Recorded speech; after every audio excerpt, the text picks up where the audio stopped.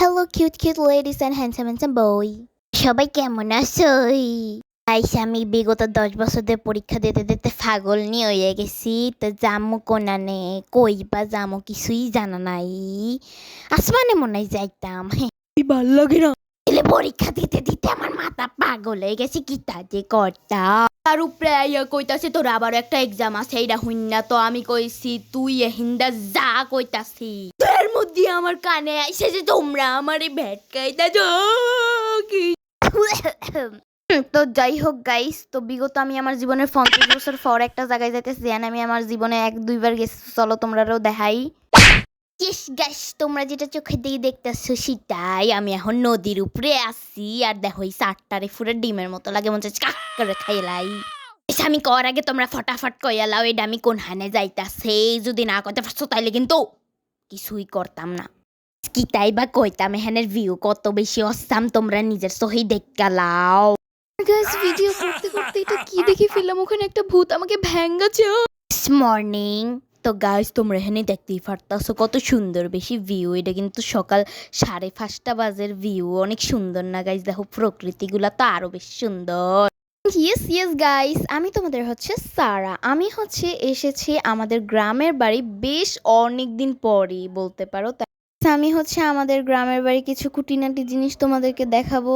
যেমন এখানে দেখতে পাচ্ছ অনেক রকমের ছোট বড় গাছ আছে, এখানে কচু গাছ, আর এখানে হচ্ছে এটা হচ্ছে বোম্বাই মরিচ গাছ। তোমরা দেখতেই পাচ্ছ এখান থেকে বোম্বাই মরিচ নিলাম, আর এই হচ্ছে আবারও কচু গাছ। এখান থেকে কচু পাতা ছিঁড়ে নিলাম, কারণ হচ্ছে অনেকগুলো বোম্বাই মরিচ ছিঁড়বো পাকা কাঁচা, তাই এইটা আমার প্রয়োজন হবে। এটাকে আর কি বাটি হিসেবে প্রয়োজনে লাগাবো। এই ফাঁকে তোমরা আমার কিছু নানু বাড়ির জিনিসপাতি দেখলাও। এই হয়েছে গাছ, কত কত গাছ, কিন্তু না আমিই জানি না। মানে একটা হন্টেড হাউস ফেল।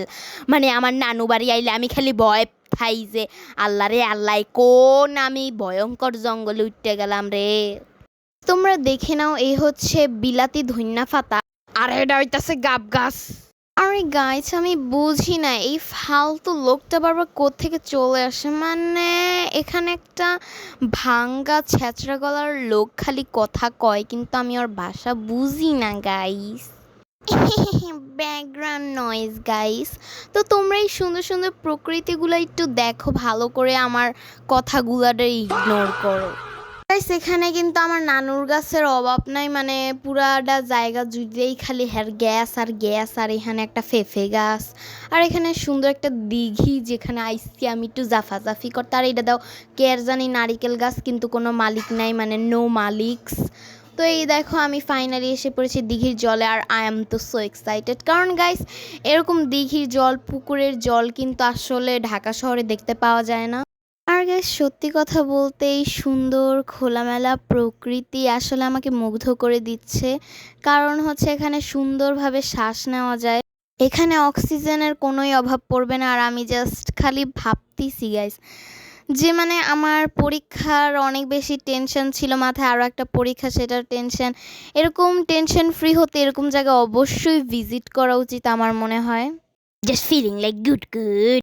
তোমরা গেস করো যে এই গ্রামটি আসলে কোথায় এবং গ্রামটির নাম কি। আর এই সুন্দর একটা প্রকৃতির দৃশ্যের সাথে আজকে তোমাদের ভিডিও থেকে বিদায় নিচ্ছি। তো বাই বাই।